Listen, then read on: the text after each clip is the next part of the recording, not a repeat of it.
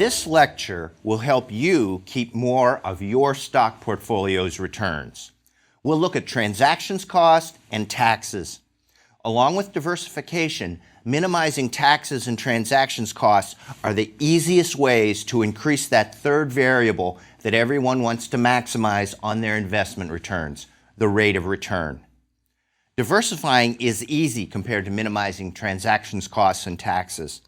You'll remember from Lecture 5 that you can get most of the benefits of diversification by holding a random selection of 15, 18 different stocks, so long as you don't put too much money into any one of them.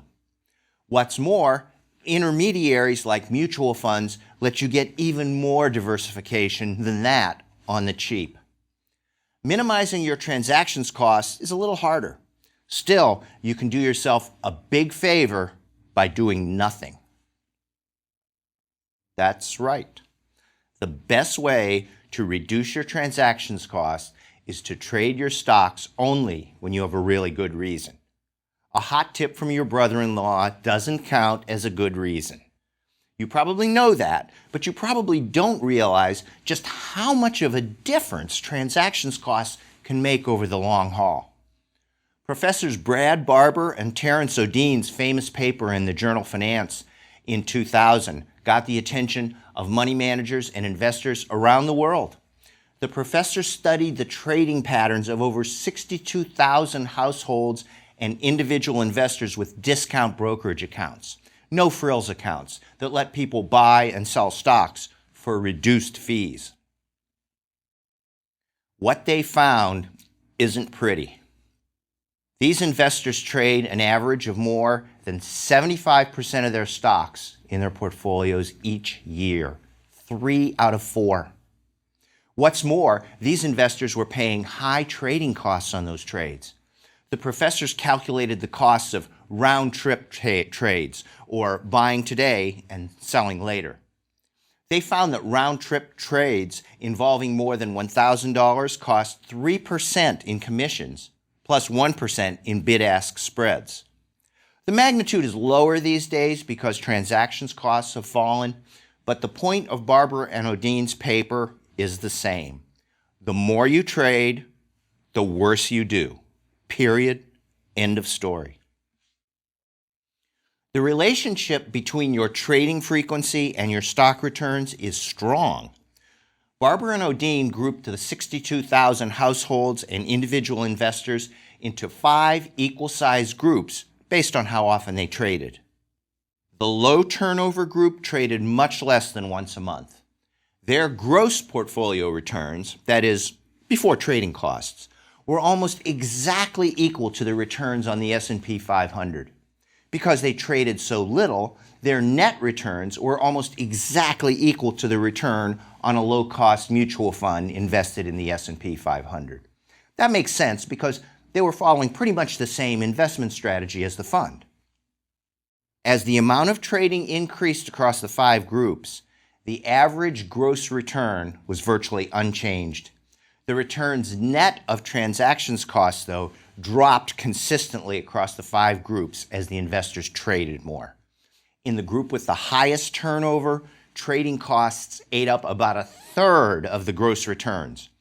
Investors who traded the most surrendered 6 or 7 percentage points every year. That's an enormous sum.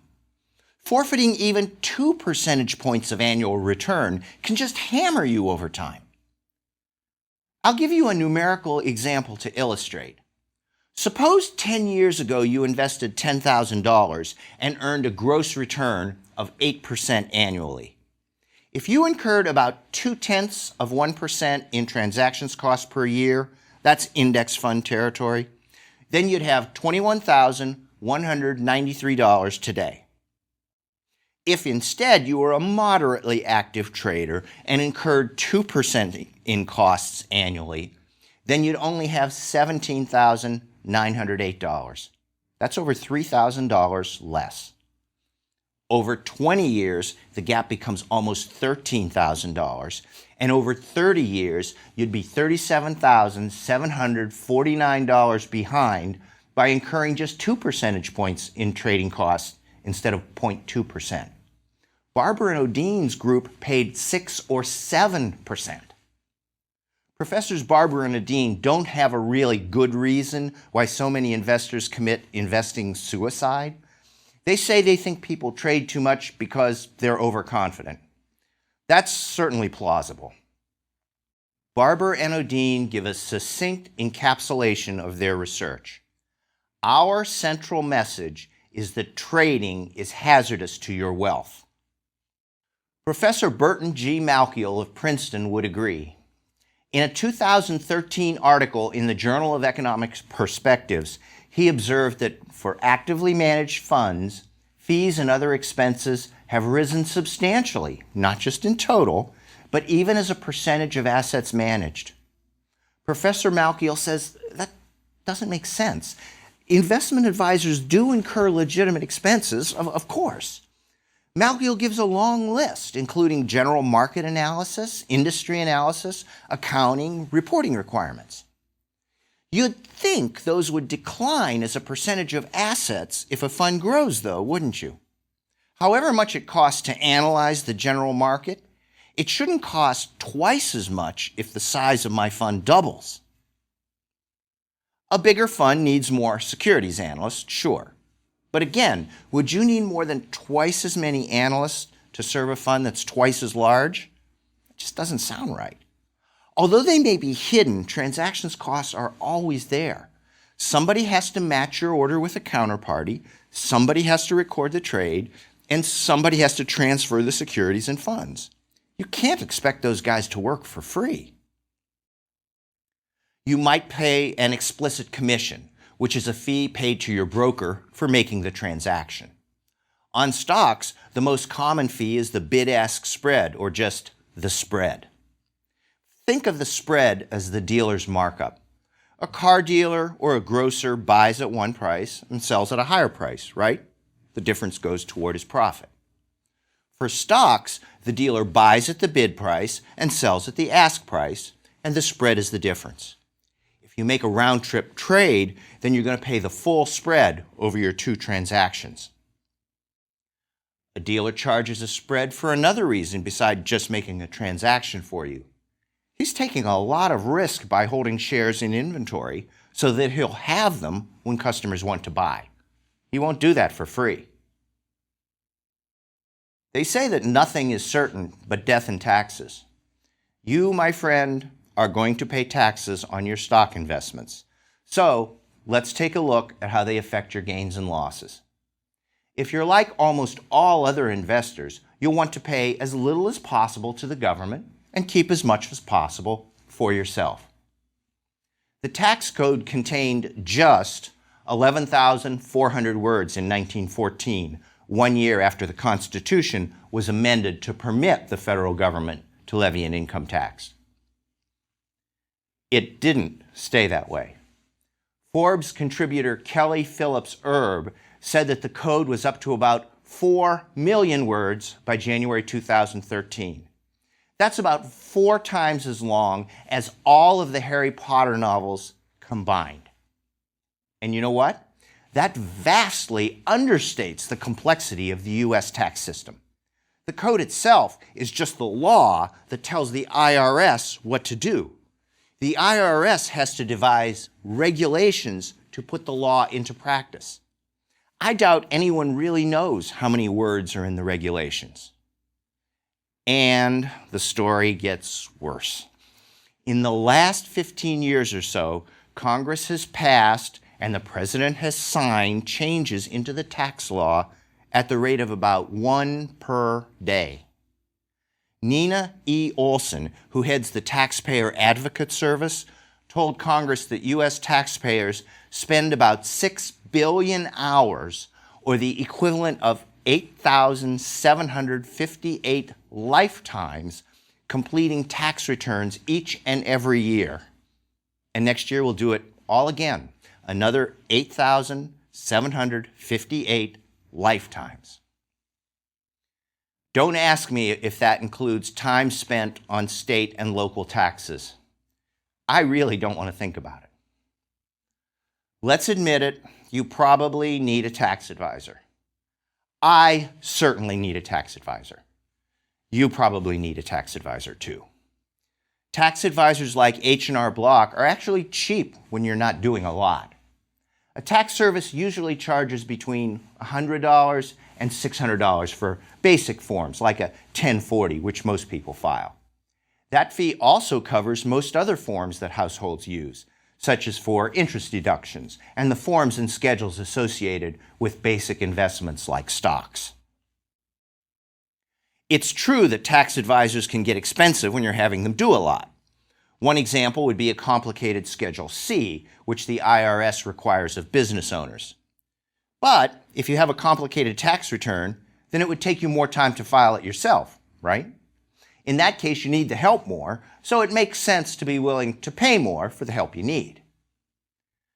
Depending on where you live, you could pay several different taxes on your equity income.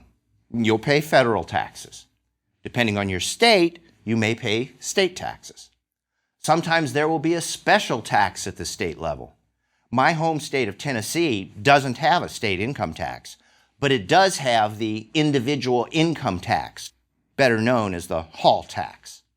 That's 6% of your interest and cash dividends earned above $2,500 for a couple filing a joint return. Taxes are confusing, no doubt about it. Even if you don't pay taxes for one reason or another, I'd still recommend that you get tax advice. You almost surely need to file a return anyway, and if you're not paying taxes, then the advice won't cost much at all. If you want to lower your tax bill, then the first thing you need to understand is the basis. I said basis, not basics. Your stock's basis will usually just be the price you paid per share when you bought it, plus any commissions you might have paid on the purchase. The reason that the basis is important is that if you sell, then your tax depends on the difference between the proceeds of the sale and the basis. For example, if the basis of your shares is $50 per share and you sell for $75, then the IRS says that you have a capital gain of $25 per share. If you sell for $40, then you have a capital loss of the $50 minus the $40 proceeds of the sale, or $10. Your tax deduction is based on the loss, not the sales price. The second thing you need to know to lower your tax bill is the holding period. With rare exceptions, the holding period is just what you think it is. It's how long you own the asset. The IRS says that a capital gain is short-term if you held it for a year or less, and long-term if you held it for more than 1 year. That's important. Unless you're a professional trader, the tax rates applied to long-term capital gains are almost always lower than rates on short-term gains, which get taxed like ordinary income. As you can imagine, investors go to great lengths to make sure that their gains are long-term. If you look at my stock portfolio, then you'll think that I'm an investment genius. There isn't a loser in the entire bunch. But if you look at my tax return, then you'll think that I'm an investment idiot. I almost never report any profits on sales. How can this be? My portfolio is full of winners while my tax return is full of losers because I follow a basic rule. Sell your losers and let your winners ride. Why would I do that? The reason is that the IRS lets me take a tax deduction for losses. I like to get tax deductions. I'll bet you do too. As long as the IRS lets me take a tax deduction for losses, then I'll claim all of the losses I can. That explains the sell the losers part of the basic rule. What about the let the winners ride part? In almost all cases for people like us, the IRS only cares about what it calls realized gains and losses. That means you've sold the shares. The IRS doesn't want to know about fluctuations in your portfolio value unless you sell. That means that by selling the losers and letting the winners ride, I get to harvest my tax losses and defer paying taxes on the winners.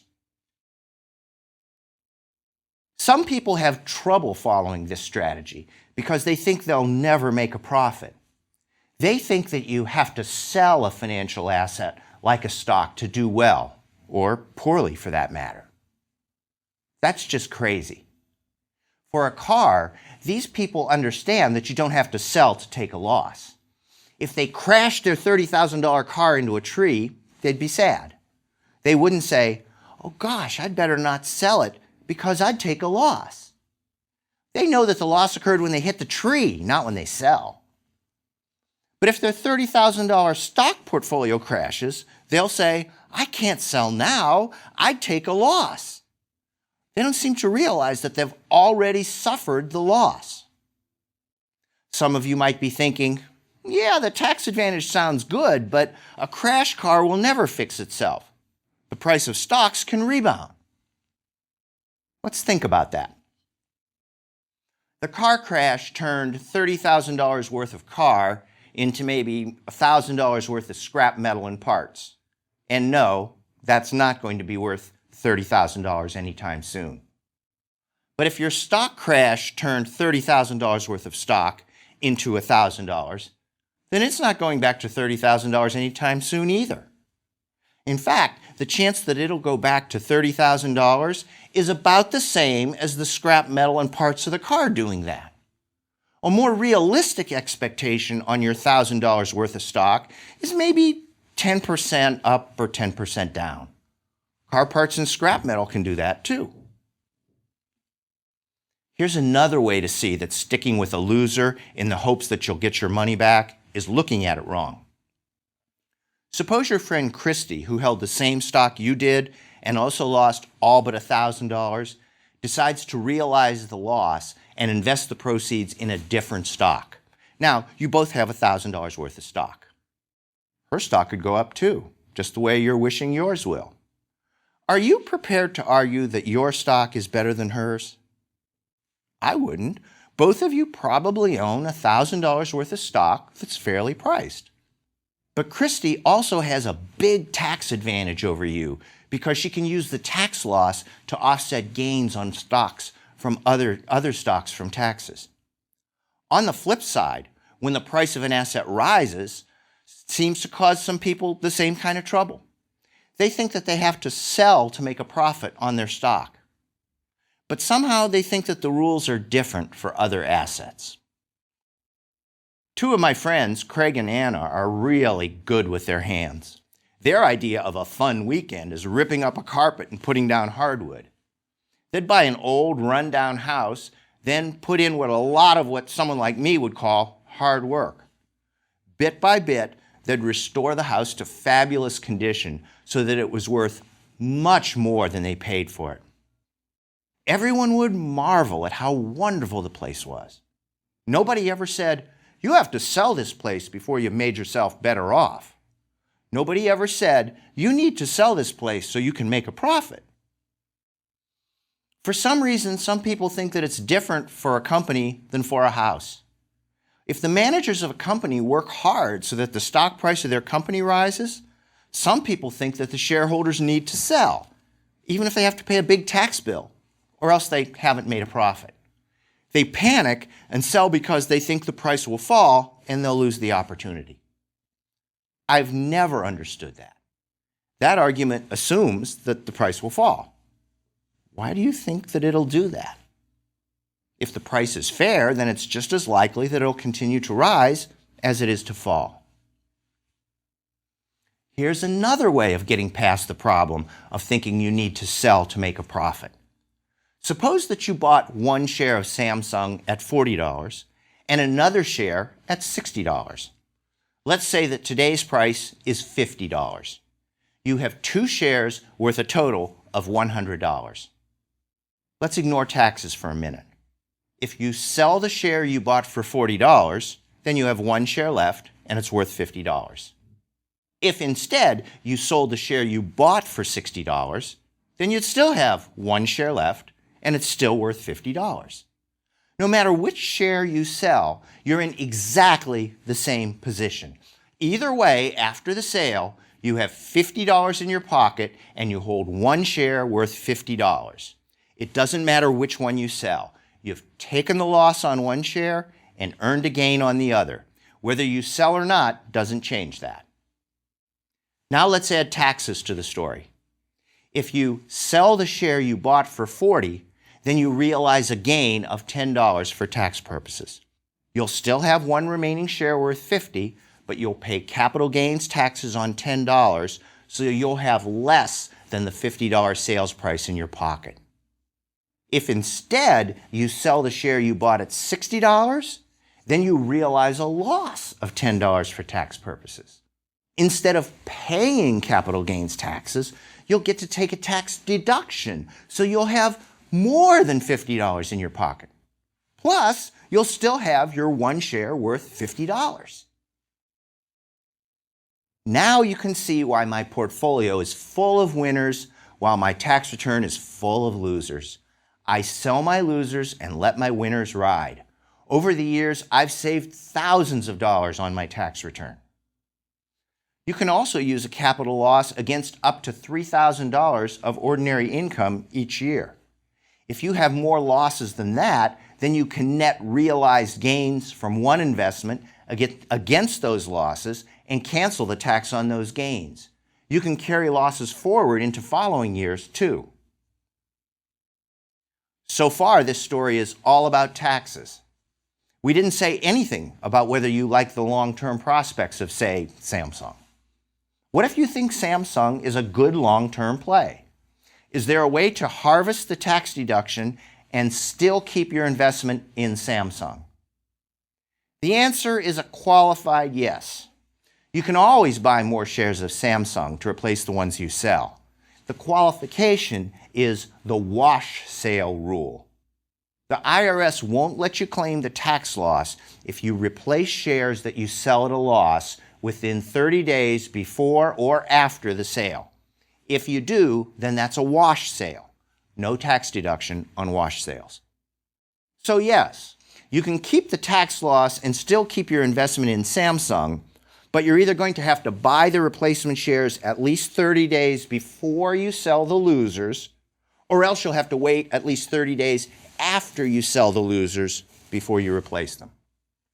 In one case, you have more Samsung than you want for 30 days before the sale, and in the other, you have too little for 30 days after the sale. Besides selling losers, another good time to sell is before tax rates rise.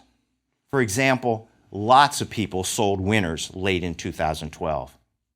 Why would they do that? The answer is that tax rates went up in 2013.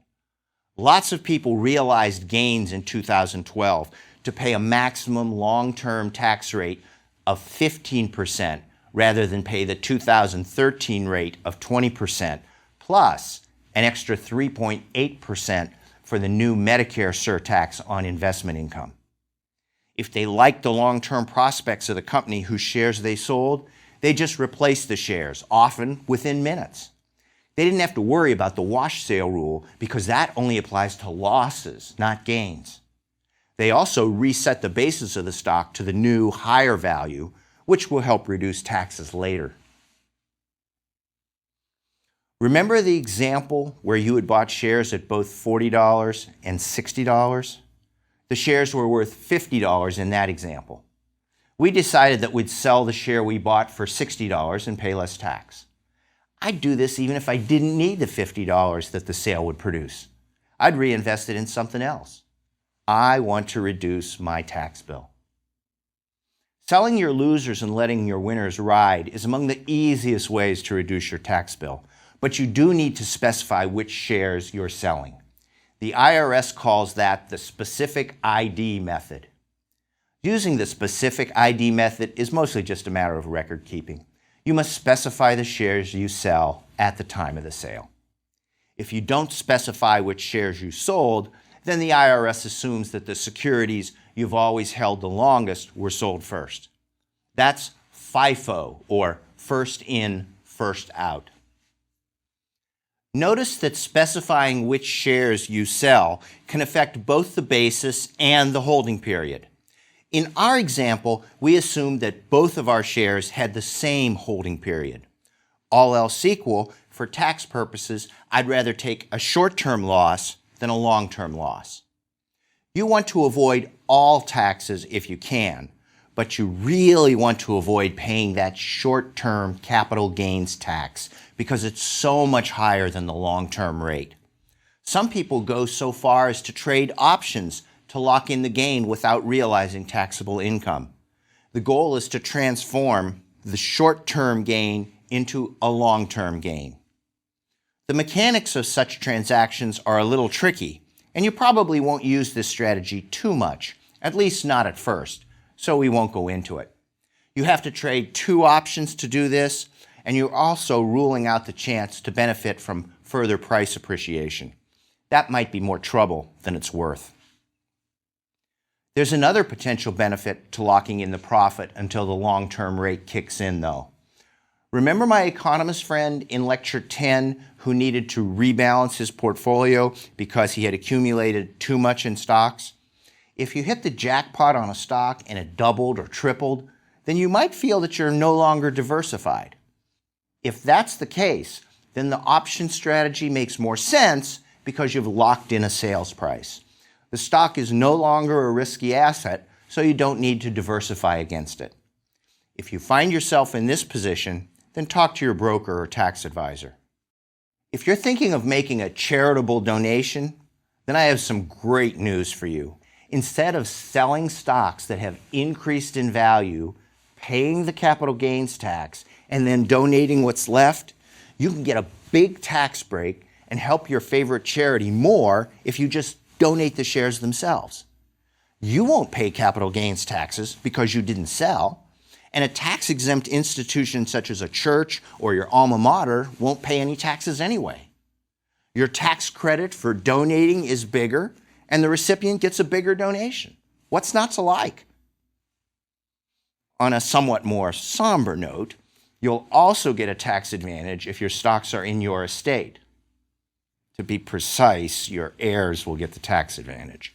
They may have to pay an estate tax, but they'd have to do that anyway. If you include the shares in your estate, then your heirs won't pay capital gains taxes, and they'll be able to update the tax basis of the stock to the value of the shares when they receive them.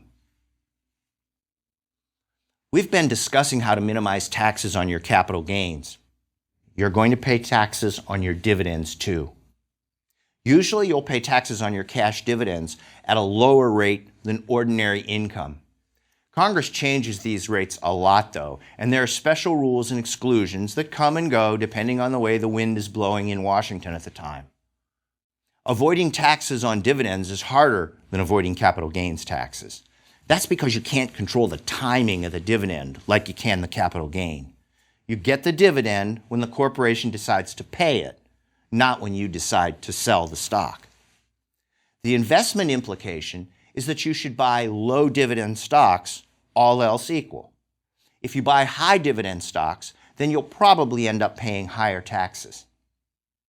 Low dividend companies tend to be either growth companies, which need to reinvest their cash, or companies that have fallen on hard times. They don't have earnings to distribute in the first place. Remember, as I mentioned in Lecture 2, stock dividends aren't the same as cash dividends. If a company sends you cash, then that's a cash dividend. That's taxable. A stock dividend just chops the claims on the firm into smaller pieces. You might get 1.1 shares for every share you currently hold. Stock dividends are generally not taxable. Stock splits and stock dividends change the basis of your shares, though. If you have 10 shares and their basis was $11 per share before a 1.1 for 1 stock dividend, then it's $10 after. Your basis for all of your shares is the same, though. The IRS knows that changing 10 shares worth $11 each into 11 shares worth $10 each doesn't change the total value of your investment. Mutual funds aren't immune to the tax man. You'll get a statement every year reporting your dividends and capital gains from the fund. Knowing what you learned today about realized gains being the tax trigger, which do you think will give you a bigger tax bill? An actively managed mutual fund that trades a lot, or an index fund that hardly trades at all? You're right. An actively managed fund will generate more realized gains than a passive fund, which means a bigger tax bill.